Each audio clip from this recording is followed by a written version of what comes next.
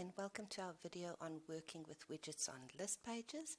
This feature allows you to include widgets on your list pages to give a visual representation of your data without needing to navigate to dashboards. So let's have a look. The chart widgets show on a pane on the right hand side on list pages within PPO.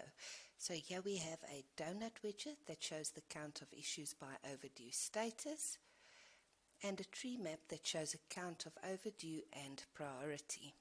The great thing about these widgets are that they are interactive. Hovering over the widget, I can see that 6 of my issues are not overdue, which equates to 18% of the issues on my list. Hovering over my overdue issues, I can see there's a count of 10, which equates to 29% of my issues on the list. Clicking within the widget on overdue filters down the list on the left hand side. Removing the pull on your filter control just refreshes your widget on the right. You can also strike through on the legend of the chart widget. So if I do not want to see the overdue items in the widget itself, I just strike through overdue. You'll see this does not have an impact on the list page on the left hand side. To get it back onto my widget, I simply click on the strike through again. On the tree map, you'll notice the same behavior with hoverovers and drill through filtering. So in setting this one up, we use 2 fields, so it shows by overdue first, the overdue field, and then it branches out into the priority below that. So looking at my overdue issues, I've got a count of 18, and how it's broken up in terms of the priority is that I've got 12 high priority, I've got 5 medium, and I've got 1 issue that is a low priority. So I might want to just drill into my high priority items. Again, you'll see the list filtering on the left hand side. Removing this from the pull just refreshes your widgets on the right hand side again. So all users can see the default widgets that have been set up by the PPO administrators, but you as a user can set your own preferences. The 2 on the screen now are defaults that have been set up by the PPO administrator. So if you want to remove or add any of these widgets, you simply click on the gear icon on the right hand side. I might want to remove the tree map, so this is the tree map over here, and I might just want to add another graph to show me a count by priority. So firstly, you select your field, which is priority.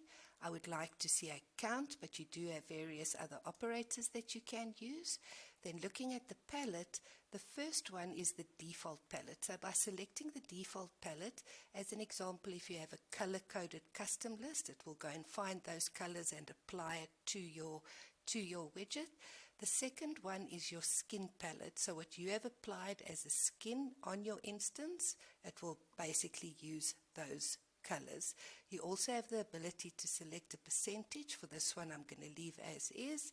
I'm going to click on add, and I'm going to save.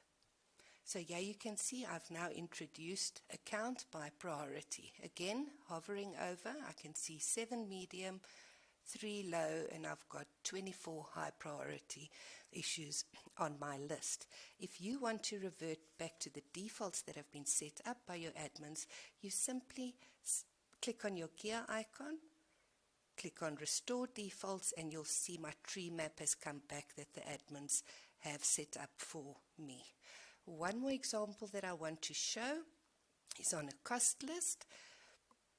So instead of going to a report or dashboard to see budget or actuals, I can introduce my own widgets, even if the admins have not set it up as yet. So I'm just quickly going to click on the gear icon over here. I am going to add a donut chart. I'm going to keep my field as per category.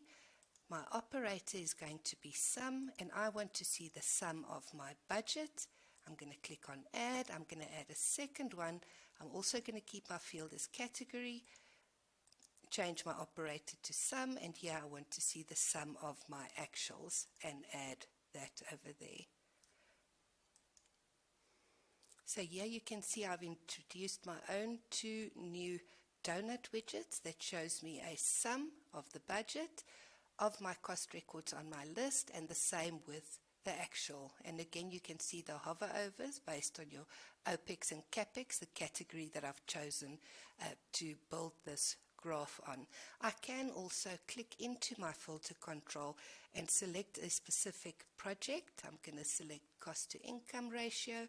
Then here you can see on the left hand side I've got my 3 cost records and my representation of on the widget on the right.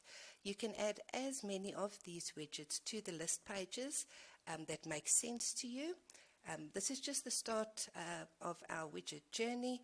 We will be adding many more of these in the future, like key statistics, possibly bar charts and line graphs, so please stay connected. Thanks for watching.